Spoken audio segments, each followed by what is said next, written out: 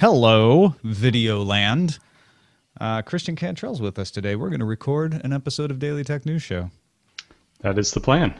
Okay, good. I realized I hadn't specifically mentioned that.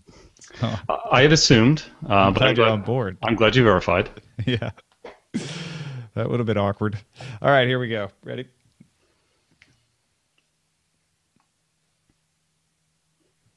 Daily Tech News Show is brought to you by me.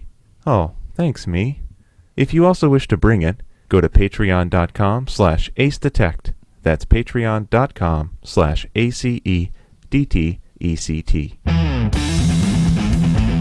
This is the Daily Tech News for Thursday, October 30th, 2014. I'm Tom Merritt. Joining me today, Christian Cantrell, science fiction author, freelance tech writer. You may have seen his work around the web, even just in the past couple of weeks on TechCrunch or Salon. How's it going, Christian? It's going very well. Thanks for having me, Tom. Thanks for joining. We've got a fortuitous bit of news from Microsoft today that can launch us into a nice discussion about technology, why we have the technology we have, and why we don't have the technology that we all imagined we might have at this point. But first, let's talk a little bit about the headlines. For those of you who already thought Lenovo owned Motorola, well, now you're correct. GigaOM reports Lenovo has finalized the deal and taken ownership of Motorola Mobility from Google today. Lenovo plans to operate Motorola as a wholly owned subsidiary, and it will keep its headquarters in Chicago, Illinois. Branding of Motorola phones versus Lenovo phones has yet to be announced, though. Lenovo still has a bunch of phones that are Lenovo branded. Google retains all but about 2,000 of Motorola's patents, and there's some cross-licensing deals with Lenovo there. Also, Google retains most of the R&D unit out of Motorola that was working on things like Project Ara. So I don't know. I'm a little sad about this. I mean, I was really looking forward to Google having a hardware arm, right? They make such great services. Apple makes such great hardware. I was really looking forward to somebody bringing those two things together, and it looks like maybe it was a patent play after all, which kind of disappoints me a little bit. I think it was. I think when Larry Page and Sergey Brin would say, no, this is not just a patent play, I think it was more Larry than Sergey, actually. They were right because they wanted that R&D unit. I really think that pushed it over the top. They were like, yeah, we need the patents, but wow, we can get that team that's working on the Ring that unlocks things and the Project Ara and this. I think that was the other jewel there that gets overlooked, and maybe a side benefit, because these guys don't think simply, right? They don't think linearly all the time. A side benefit was, we can save Motorola. We can turn them into something that is better for Android and then pass them along to somebody. Yeah, that's true. Yeah, and they do retain a lot of control, it seems. The relationship is still very tight between the two, so maybe it's the best of both worlds. Yeah. GigaOM reports Microsoft launched a new health platform for mobile and a wristband fitness tracker today. Microsoft Health is the platform. It's available for Windows Phone, but also iOS and Android, and can work with third-party apps and devices. In fact, at launch, it'll work with Jawbone Up, Runkeeper, and MyFitnessPal, among others. Platform uses an intelligence engine, they call it, to calculate things like how restful your sleep was, how much recovery time you should take after a workout, and it'll eventually work with things like Microsoft Office Calendar, for instance, to determine how your work life is affecting your health. Microsoft also announced Band, which is their hardware in this. It's a fitness tracker with 10 smart sensors to monitor things like heart rate, calories burned, sleep, etc. It has a 1.4-inch 320 by 106 pixel screen. They say it'll last about 48 hours on a charge and works with Windows Phone, iOS, and Android. It's available for $199 in the U.S. at MicrosoftStore.com and at Microsoft retail stores. And Christian, this is kind of going to be the main basis of our discussion section, but just the thumbs up, thumbs down reaction to this. What's your feeling? I'm going to give it a thumbs in the middle. I'm a huge fitness tracker fan. I don't know if you can see this, but I always wear one myself. And the only thing I'll say now, just in case my internet connection dies or the world ends before we get to the discussion section, is why isn't it waterproof? I'm going to leave it at that. All right. I'll get into more later. Tim Cook wrote a piece for Bloomberg Businessweek acknowledging his sexual orientation. He wrote, "While I have never denied my sexuality, I haven't publicly acknowledged it either until now. So let me be clear, I'm proud to be gay, and I consider being gay among the greatest gifts God has given me," he said. He also writes, "If hearing that the CEO of Apple is gay can help someone struggling to come to terms with who he or she is, or bring comfort to anyone who feels alone or inspire people to insist on their equality, then it's worth the trade-off with my own privacy. He concluded the post by writing, "We paved the sunlit path toward justice together brick by brick. This is my brick." Yeah, this is a wonderful story. I mean, this is fantastic. I think that anyone who's willing to make something public that they feel so vulnerable about just deserves, a huge amount of respect and appreciation. So I was, and he's not just doing it for himself, he's doing it for others. And I think that, just regardless of what you think of Apple or their policies or anything, I think this is a hugely stand-up thing to do. And I think Tim Cook is kind of a hero today. It was something he didn't have to do. No one would have ever, Yep. well, you hesitate to ever say no one, but most people would not have thought less of him because, like you said, he wasn't hiding anything. Yeah. This is taking a conscious step forward to say, hey, I want to provide an example. Yeah, it's a big risk. Yeah. Instagram video ads have arrived. The Verge reports that as of today, Instagram will begin running 15-second video ads that will appear in a user's feed. Among the launch partners are Disney, Banana Republic, Activision, Lancome, and the CW Network. The Verge dubs the Banana Republic ad the most Instagrammy of the bunch. It's a silent time-lapse of someone sketching a clothing design. Sounds interesting. Producer Jenny dubs Activision's Call of Duty ad the most likely to make you drop your phone when it starts auto-playing in your feed, because Call of Duty. Yeah. Yeah. Oh, so they autoplay. That's disappointing. I really All the Instagram video autoplays, I believe. Okay. Yeah. Well, I think they need to make money. I think there's a balance between the need for revenue generation and for user experience. And I often get really good ads when they're well placed. So hopefully these will be intelligently done. Yeah, and Instagram has done a good job with the photo versions of these, I think. Also, I could not make one come up in my feed today, so they're obviously not like deluging you with them either. Yeah. Maybe I'm just in the wrong target market. But Jenny couldn't make one come up either, so there's a couple target markets that didn't get hit.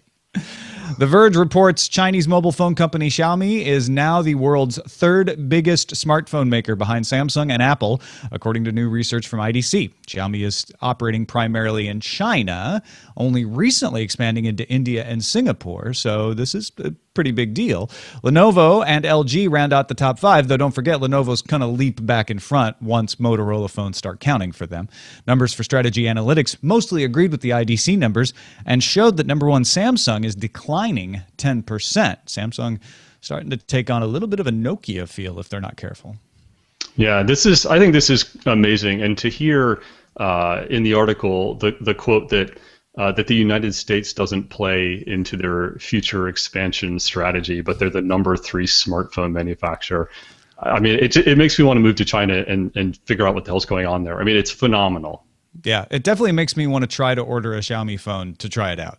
Yeah, you can get them. You can get them unlocked and play with them over here. But yeah, they're like, look, we have the biggest market in the world locked up. And that, with a little bit of expansion has thrust us up into the top 5. It's not bad. Yeah. Reuters reports Nintendo will develop a bedside device to measure fatigue and track sleep. According to CEO Satoru Iwata, it will be fun. This will be the first product from Nintendo's healthcare division. The device will be developed with U.S. firm ResMed, which makes products that treat sleep disorders. It's expected to arrive sometime before March 2016. Well, I would certainly like to see my sleep get a little more entertaining. I never like to dream of Mario or something. Yeah, exactly. I never want to criticize a company for trying to innovate and diversify. And so I'll sort of, I guess I'll sort of reserve judgment. But there's talk in the article of, a subscription model as opposed to just a one-time fee. And I'm a little skeptical, but we'll have to wait and see.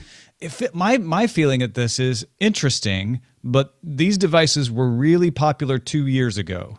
And none of them seem to have caught on, these bedside sleep monitoring devices. So I'm not sure this isn't Nintendo late to another game. And now we have them on our wrists. Exactly. Reuters reports that Sony will appoint Hiroki Totoki as the new president of Sony Mobile Communications, replacing Kunimasa Suzuki. Totoki, who was previously a senior vice president in the company, will attempt to reverse slow sales of Sony's Xperia smartphones. The change goes into effect November 16th. Well, I'm certainly hoping that Sony can turn things around. I'm a big Android fan, and whenever I buy a new Android phone, I never think of Xperia, and I don't know why, because they get good reviews. The cameras are good.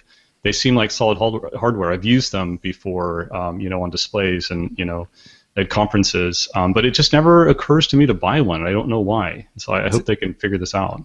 Sony is suffering the same problem of HTC and LG, which they make good phones. In fact, HTC has made some of the best reviewed phones out there, and Motorola too. None of them really capture the market, I think partly because the market is so diverse right now. Mm-hmm. It's more about brand and marketing at this point than it is about the actual device. Well, if they can create something that has a camera that rivals the iPhone's camera, and I would like to see something that has pure Android on it, nothing adulterated, something that gets the updates on day one, just like everything from Google. I would be very interested in a phone like that. Yeah. You hear that, Sony? You can capture the Christian Cantrell market right now. Market of one. That's right. Time for some news from you. These are items, as many of our headlines have been, submitted to our subreddit, dailytechnewsshow.reddit.com. These are usually things that I find weren't being covered as often or as high profile in other parts of the internet. Captain Kipper passed along the Torrent Freak article that the Danish court of Frederiksberg has found Pirate Bay co-founder Gottfried Svartholm and a 21-year-old co-defendant guilty of hacking crimes for illegally accessing systems operated by IT company CSC. Gottfried claimed the attacks happened because his computer had been compromised and he was not responsible, but the court ruled against him. Did you see what the sentence was? What is the sentence? That's a good point. I don't remember. I mean, I remember thinking the big issue here is the punishment, not fitting the crime, which is almost always a story in my mind for stuff like this, which really kind of bums me out. But yeah, I haven't seen a sentence issued yet. Okay. It may have just escaped me there. Okay.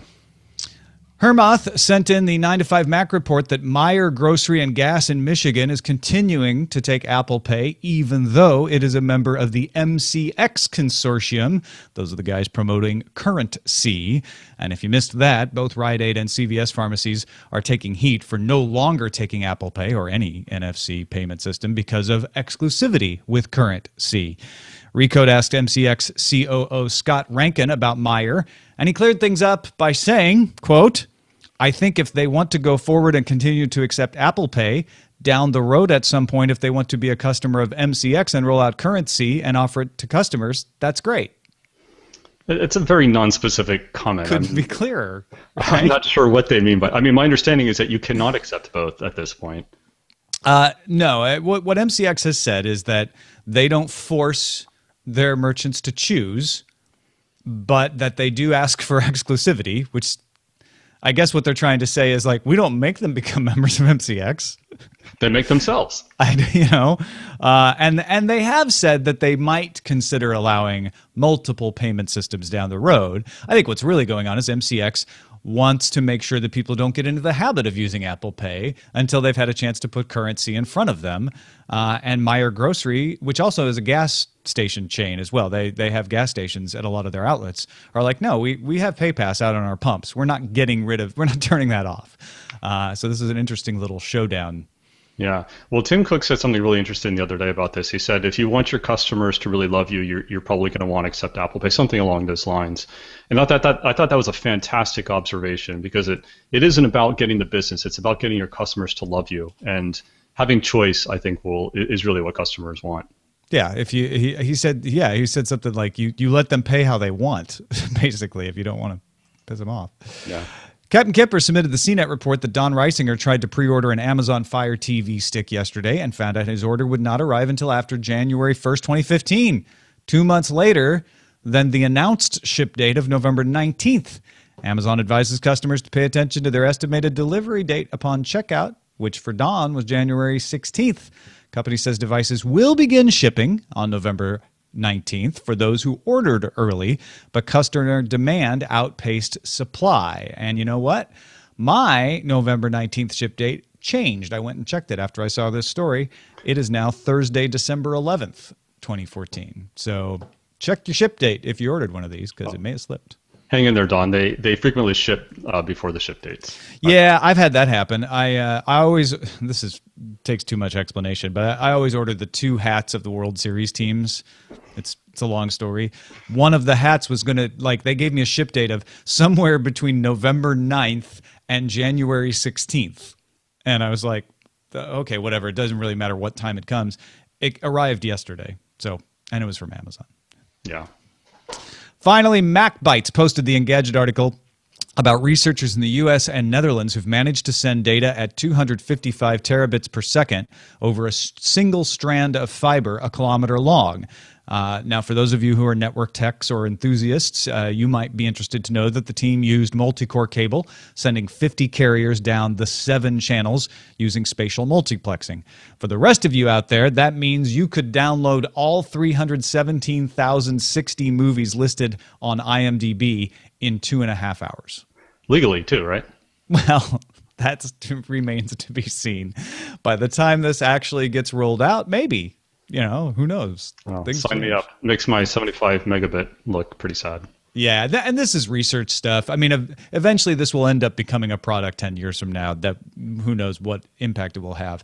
But it is a huge advance that they're basically using current materials, current technologies, and figuring out how to squeeze even more out of it. That's awesome. And that is a look at the headlines. All right, let's talk a little bit about the Microsoft band, and then, like I said, we're gonna talk what that means for our technology and its future. Microsoft Health, as I mentioned, cross-platform, Win Phone, iOS, and Android. Works with obviously the band as well as Jawbone Up, Runkeeper, MyFitnessPal.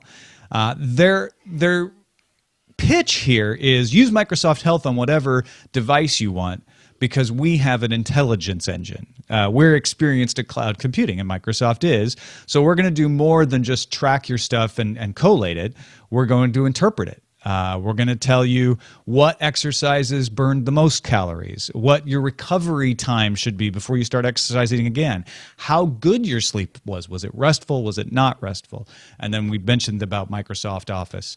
They also have a product that they launched in 2007. It's been around for 7 years, called Health Vault, which is a sophisticated medical records storing product that they hope to be able to link up to this, where you can opt in and say, yes, I would like to have my data sent from Microsoft Health into Health Vault so my doctor can access it. They're also licensing out the sensors. The sensors are for sleep, location, calorie burn, heart rate, skin, temperature, ultraviolet light. All 10 of those sensors are also in their own products. So they're taking a little page from Microsoft Surface. Like, we've got the system that anybody can use, but we also have our own flagship device. It's $199, integrates with Cortana, also can show email, text, social networking notifications, a lot of different kinds of notifications. 48 hours on a charge, as I mentioned, takes about an hour and a half to recharge. So interesting platform from Microsoft here, Christian, in saying what we've been hearing over and over from Satya Nadella, which is we want to provide the platform for anybody to use, but also make really good examples of how it's used in our devices. And from all the people who've tried it out, it seems to be probably one of the best implementations of a health tracker they've seen. Yeah, I like this a lot. I was really excited to see this morning. As I said earlier, I'm a big fan of health trackers. I've had several. I used the Vivo Smart from Garmin. So I think this is good. I think I think the device itself leaves a little to be desired. I haven't seen one yet. I'll cruise out to the Microsoft store. I've got one near my house. I'll check it out this weekend and see. It looks a little big, and it needs to be a little more water resistant, in my opinion. And if you read the site carefully, there, they say after you work out, if you sweat too much, dry it off really quickly. And I'm just thinking, come on. I mean, yeah, you don't want to have to be thinking about that. That's ridiculous. No, that's crazy.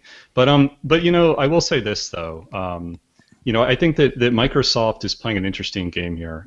They're no longer, when you look at the world of devices, the world of phones and tablets, like they're no longer the leaders anymore, right? They're playing a different game here. And that's what Satya Nadella is all about here. That's what the whole idea of productivity is about. I think it makes a lot of sense. Stick to what you're good at. If you're not the market leader, you're not going to get anywhere launching something just for Microsoft phones. I mean, that's ridiculous. You have to go where the devices are.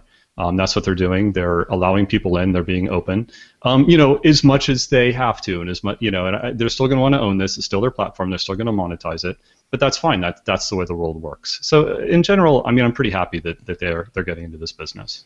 Yeah, there's a lot of really good things to say here. For one, like you said, it's Nadella saying, you know what we're good at? You know what we make a lot of money at? Enterprise level stuff, cloud level stuff. How do we take that experience and make good consumer products that can take advantage of it? Well, here's an example of it. They're also taking some of their experience that they had with the Kinect sensors and turning it into something that is non-obvious. It's not just another Kinect repackaged. It's taking those sensors and having them doing something else.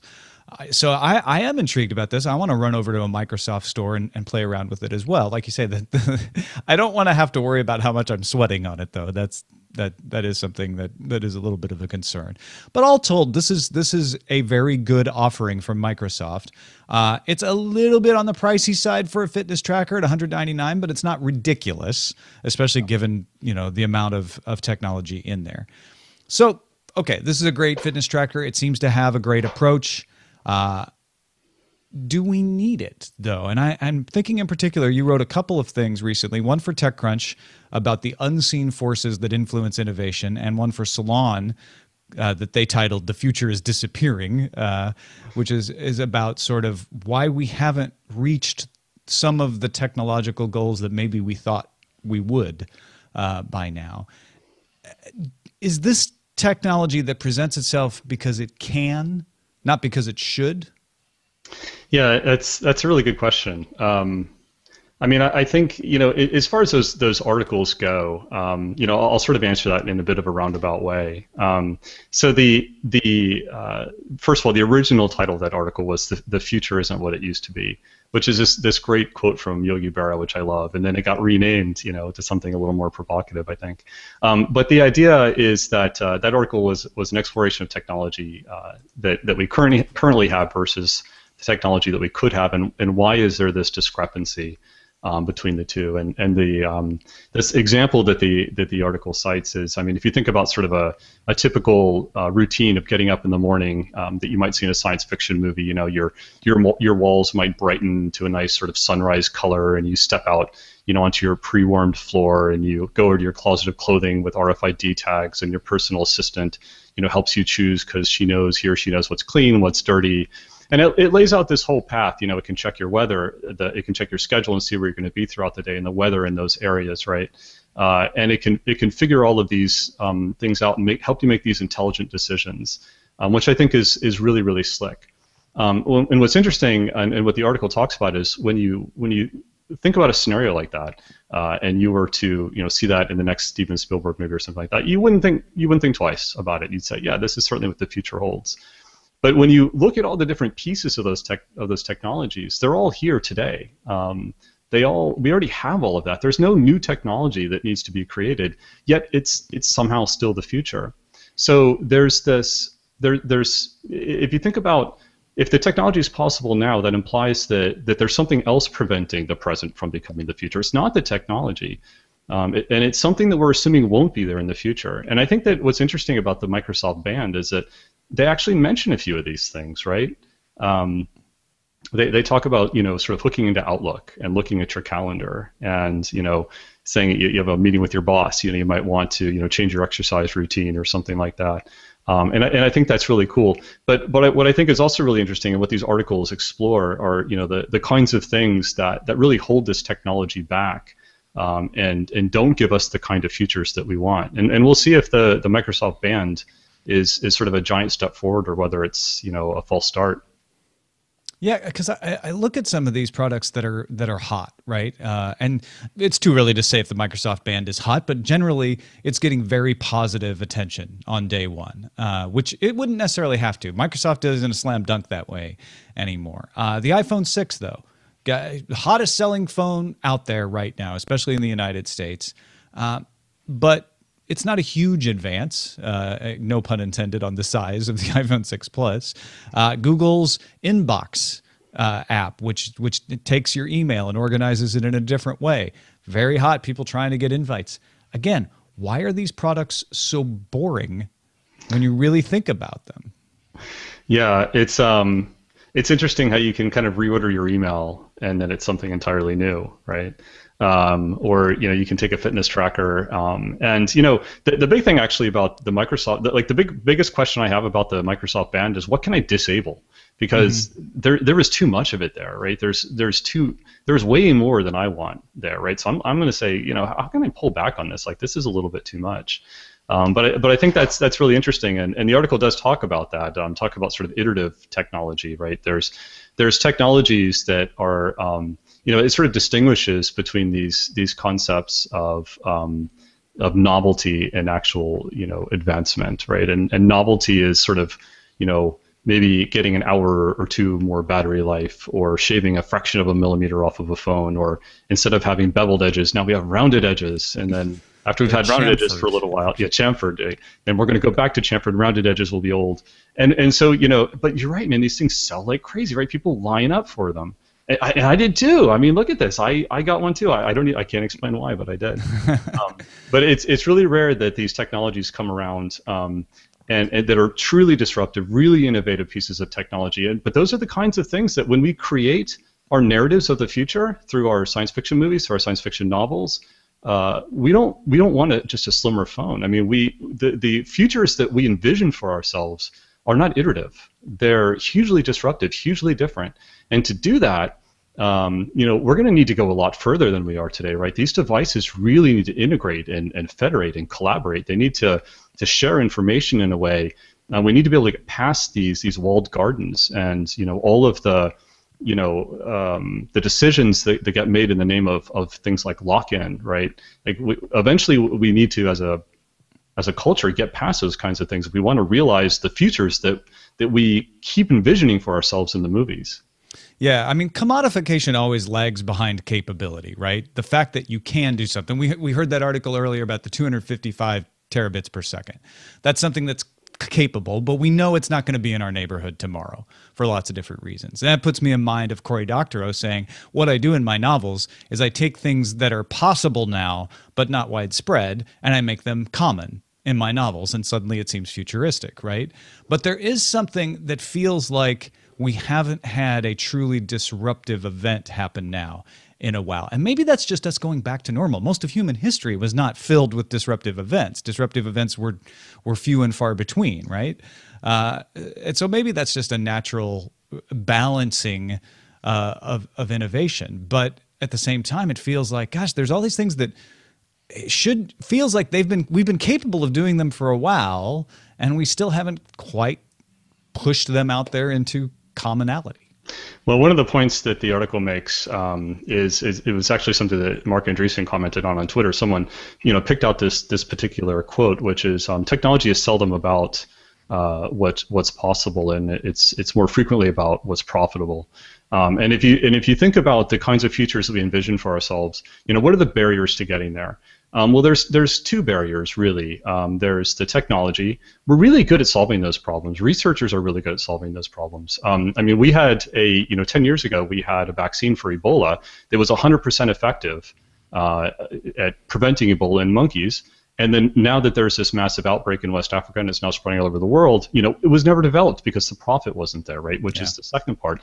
The money's not really there. So building the technology is one thing, but building businesses, and entrepreneurs know this, building businesses around those technologies to sustain them, that is difficult. Now we have things like free GPS, free and open GPS signals, right? Phenomenal innovation, right? Really, they've changed the world, changed my life clearly. Obviously, TCP/IP, UDP, HTTP, everything around the internet. I mean, clearly one of the biggest innovations in human history, I think. But someone has to pay for these things. Sometimes, you have the Linuxes of the world, the Wikipedias of the world, but most of these things need business models, and business models have patents, and they need markets, and they become public companies that have to grow, and you have to answer to shareholders, and that changes the trajectory, right? You're no longer creating humanity. You're no longer creating this future that you want to see for humanity. You're now you're now creating profit. And I'm not saying that's a bad thing, right? I'm not claiming it's a bad thing. It's a reality, and we have to balance the two.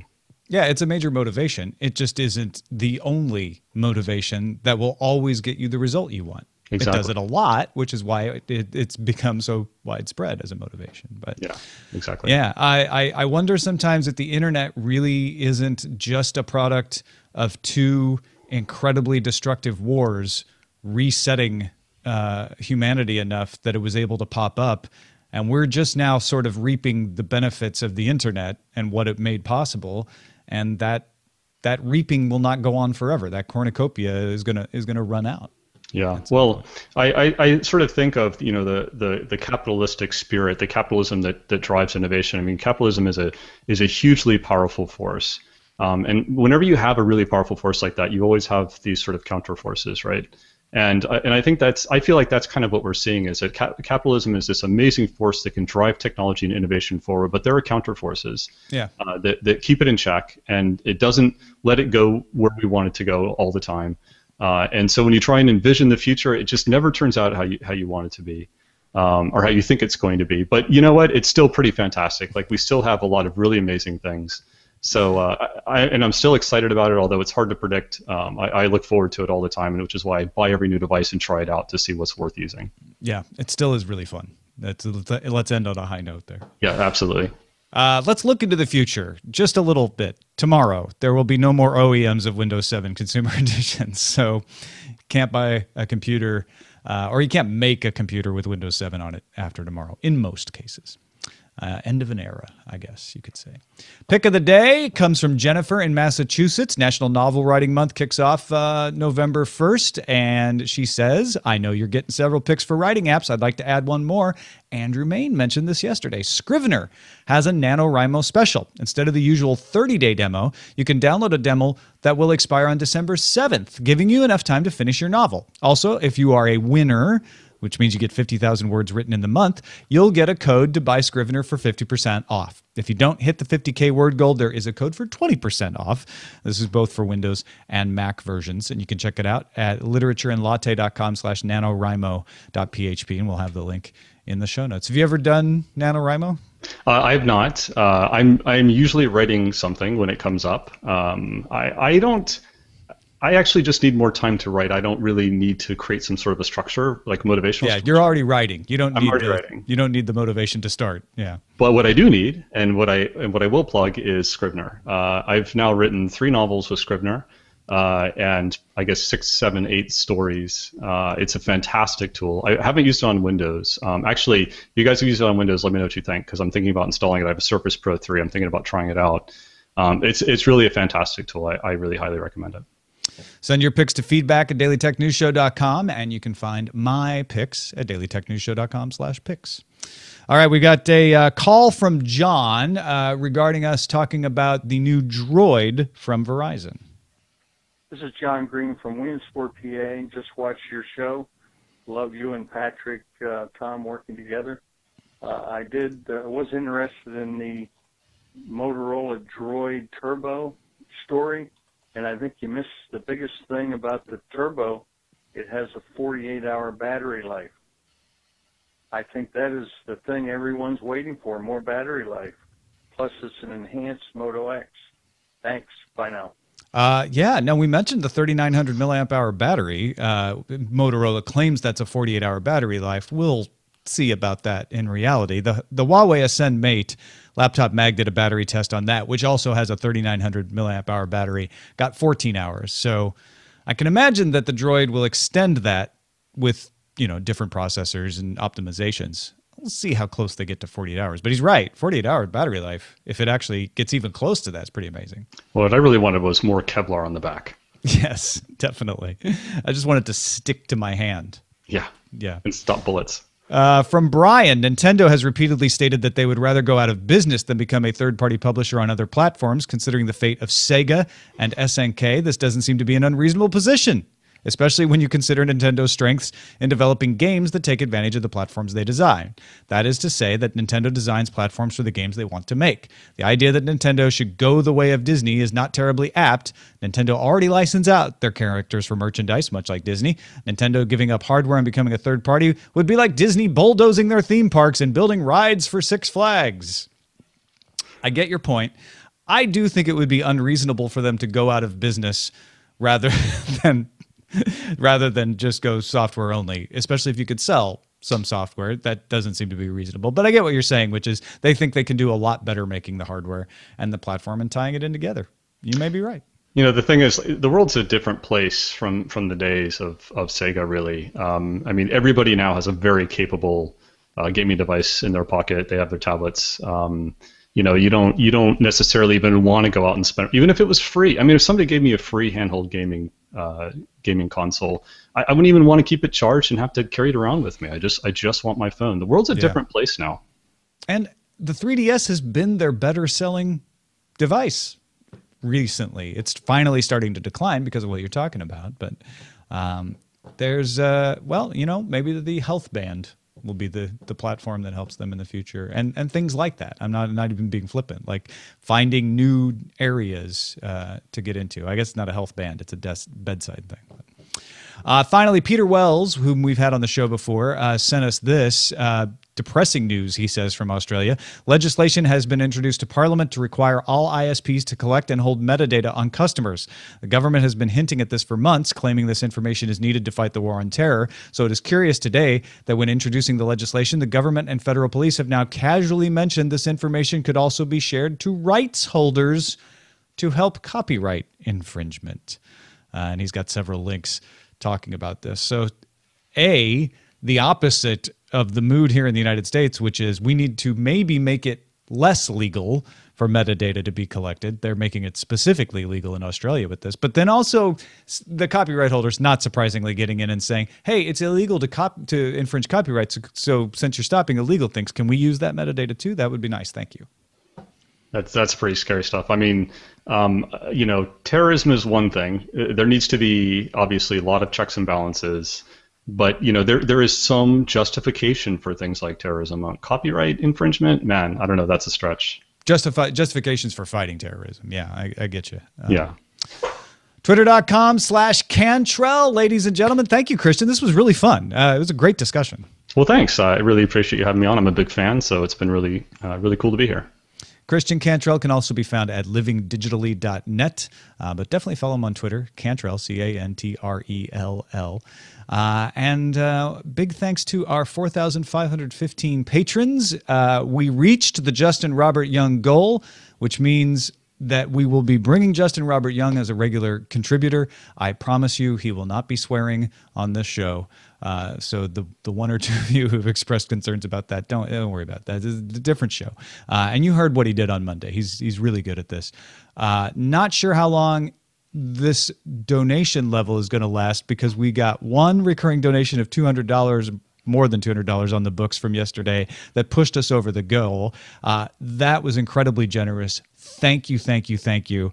Let's see if we can't take the pressure off that donator from having to continue to do that every month and get us up to 13,200 so we don't have to have an awkward conversation with Jury about unreaching the goal at some point. dailytechnewsshow.com/donate if you want to find out more. Congratulations to Jury, and thank you, audience, so much. Don't forget, you can have a voice in what stories we cover at our subreddit, dailytechnewsshow.reddit.com. You can email us, feedback@dailytechnewsshow.com. Give us a call, leave us a voicemail, 512-59-DAILY, 512-593-2459, and listen to the show live, 4:30 p.m. Eastern, 1:30 Pacific at mobile.alphageekradio.com. Our website is dailytechnewsshow.com. We'll be back tomorrow. Darren Kitchen will be back. Thank goodness, been too long. Len Peralta here to illustrate the show, and some of us will be dressed up. This podcast is part of the Frog Pants Studios Network. For more information about this and other shows, visit frogpants.com. Audio program so good, it's like you're there. That was really good.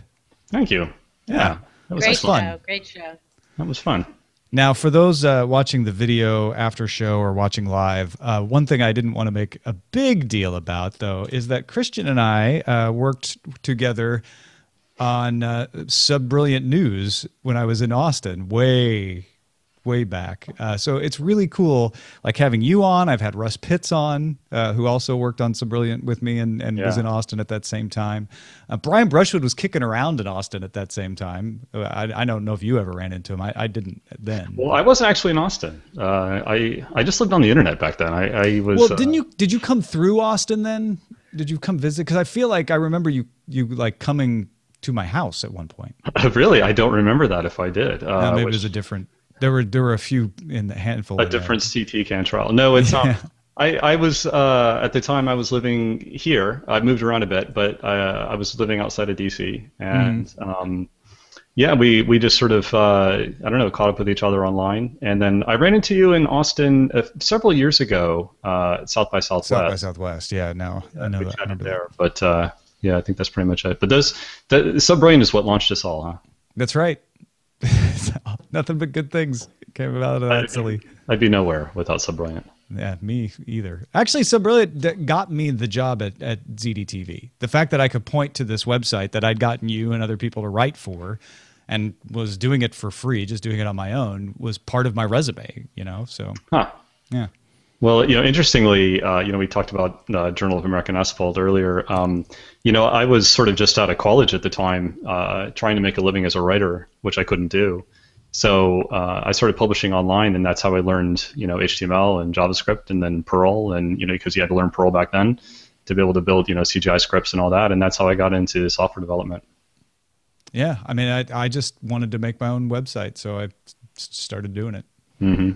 Same Good sort stuff. of thing. Yeah. Well, we just hang around.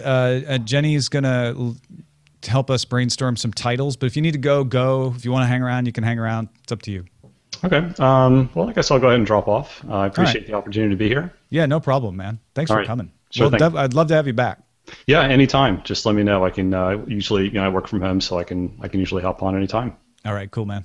Thanks, guys. You won't tell your boss. Yeah. He doesn't watch the show. All right, good. Bye, guys. Bye.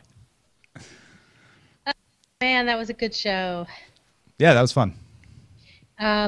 Okay, so we've got hello Moto. No, sorry. Goodbye Moto. Hello Lenovo from Big Jim. Lenovo. Yeah. Lenovo. Oh, that's pretty good. We've got Microsoft is putting the band back together from Big Jim, and then we've got Microsoft strikes up the band with BioCat, which is two different takes. The band pun of choice in this department. Band on the run. Band on the run. Oh, so many band jokes. Don't sweat it. That's pretty great. Don't sweat it, Microsoft. Kind of like that. Great. That's one of those like just around the left corner. I love it. Yeah. Let's see. Yeah, those are the ones. Those are the ones I like. I'm leaning towards don't sweat it, Microsoft. Yeah, I like that. That's the one.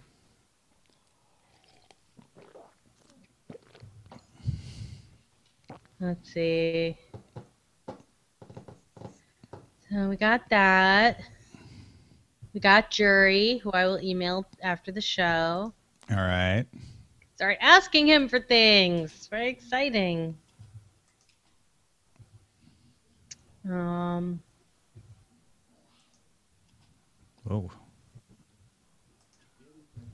There we go. That's the beginning of the show. You know what the problem is now is that I have a nice big space before the start of the show, but there's all these other spaces from back before we were actually. You need a really distinctive like waveform. Yeah, I didn't know. Several people have suggested the 20 or 30 hertz tone, kilohertz tone, and that's what I should do. Definitely. Like a professional. Yup. You can even do it so it's non-audible. So it just shows up in the timeline, but you wouldn't be annoying people with some. Yeah. That's not the way you want to ease into a podcast. It's like No. a klaxon. Yeah, maybe we'll just do a klaxon. Yeah. I mean, it'd get everybody's attention.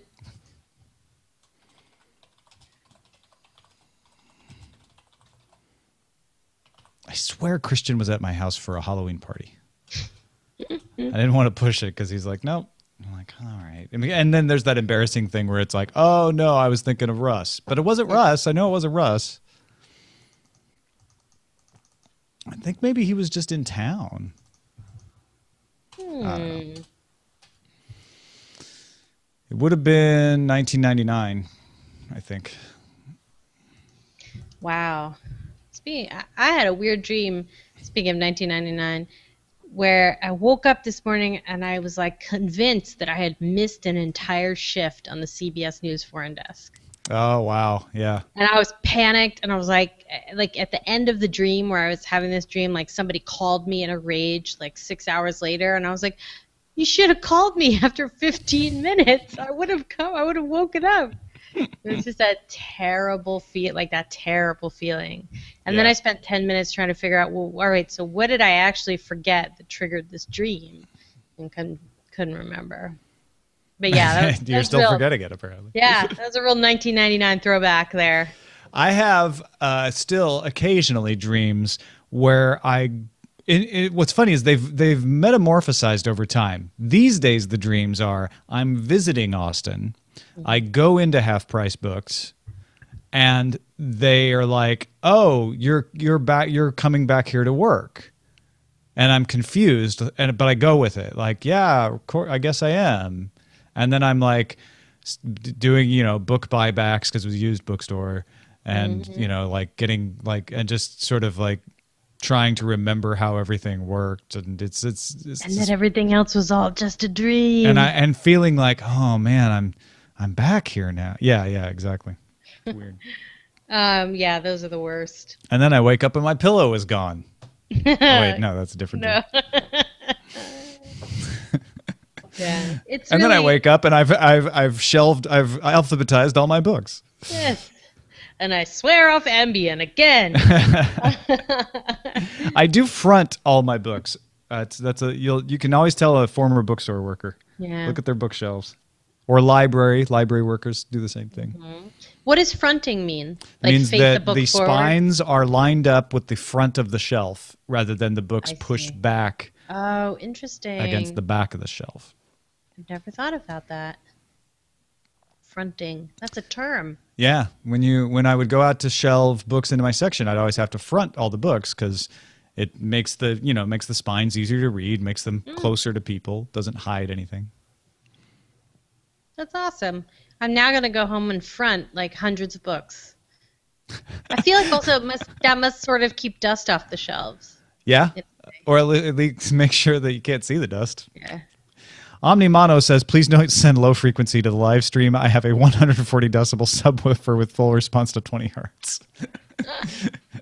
It makes me want to do horrible things, but I promise I won't. Boom. Well, you know what you could play? You could just play like the beginning of the Inception soundtrack. Yes.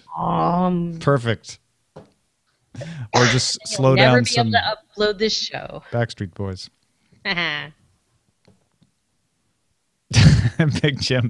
Big Jim says that's where the term fronting comes from. Like, don't be fronting me. It comes from the book world. It's absolutely true. I like that. Are you fronting me? Like a book is how it used to go. Are you fronting me? Have you fronted my literature? Let's see. All right, so and Dark Redeemer points out fronting is a huge deal in grocery stores as well. Mm-hmm. I always thought fronting was like the thing when on every middle of the shelf there's like a book facing forward to like really hype it so that it's not spine only, you see the full cover. The other thing I'll do is if I'm in a bookstore and there's a stack of books, they're all the same book, and they have an easel that is empty, I will, without even thinking, take the top book and put it on the easel. Wow. That bookstore we were in yesterday didn't have easels, I noticed. Uh-huh. It's a very small bookstore. Yeah. I don't know that the easels are size. They're not. Aren't sensitive. easels like knock overable? Or are we talking about different easels? Well, yeah, they're knock overable, but they're mostly. Hold on, I just lost my place here because I got all reminiscent about books. Books will do that. Okay.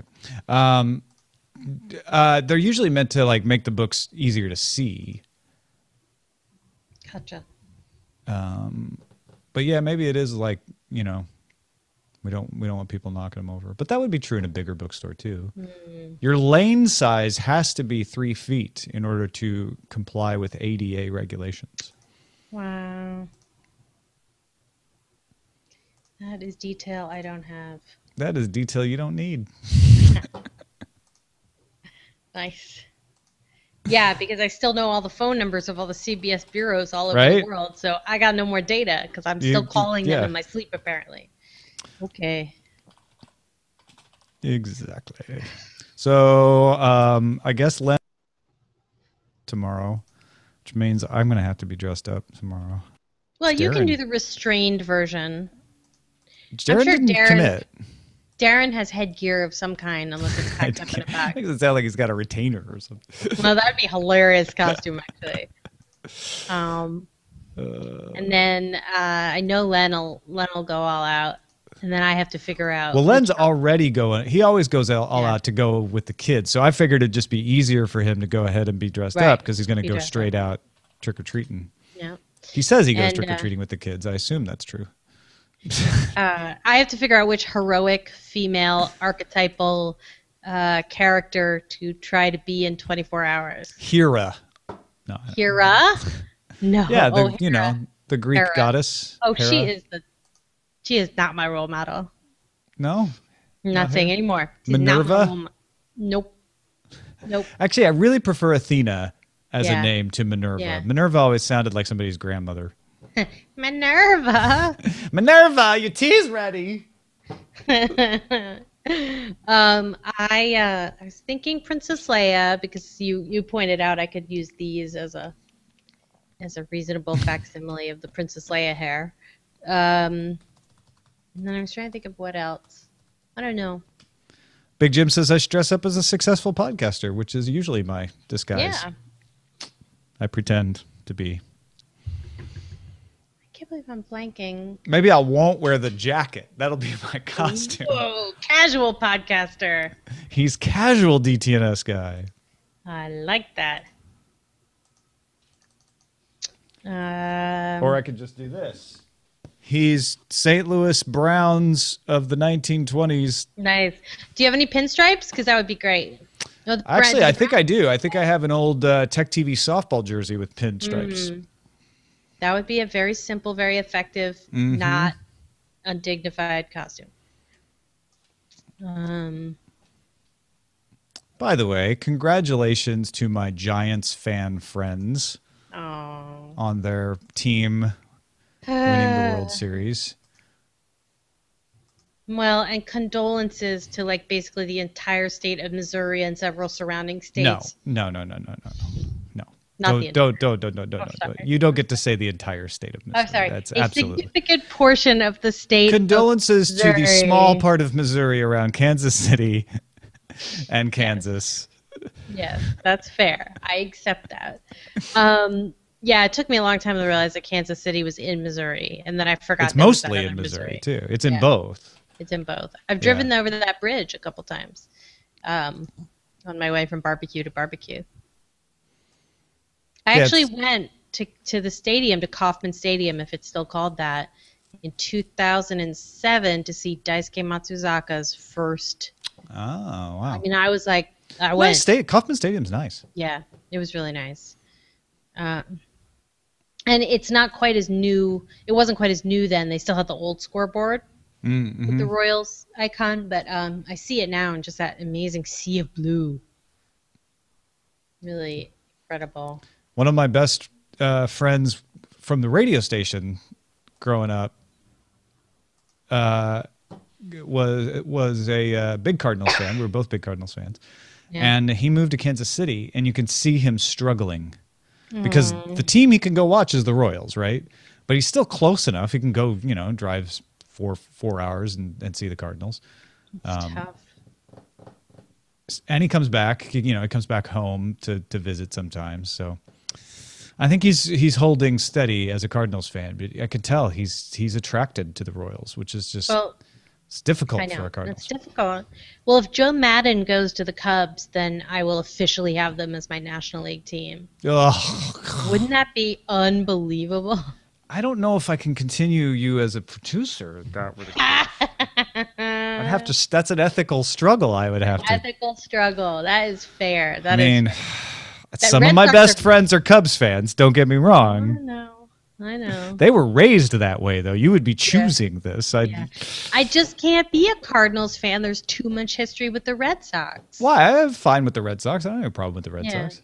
But I'm saying, like, I couldn't pick the Cardinals as my national There's too League much history beating us in the 2000s? Like what? No, what about the wild run to home in '46? Like, I'm the type that you weren't even a Red Sox fan there because you weren't alive. You weren't a Red Sox fan until later in your life. You can't claim 46. What about 75? I was almost born. And probably a Mets fan or something, right? Well, in '86, if I was aware of anything at all, I was aware of the Mets winning. Now, that would be a legitimate grounds for not being a Cardinals fan if you were a Mets fan. No, I can't claim that. I gave that up in '86 in 2003. You could have residual feelings, though. I see. My feelings towards the Mets are empathy and pity for all Mets fans. Yeah.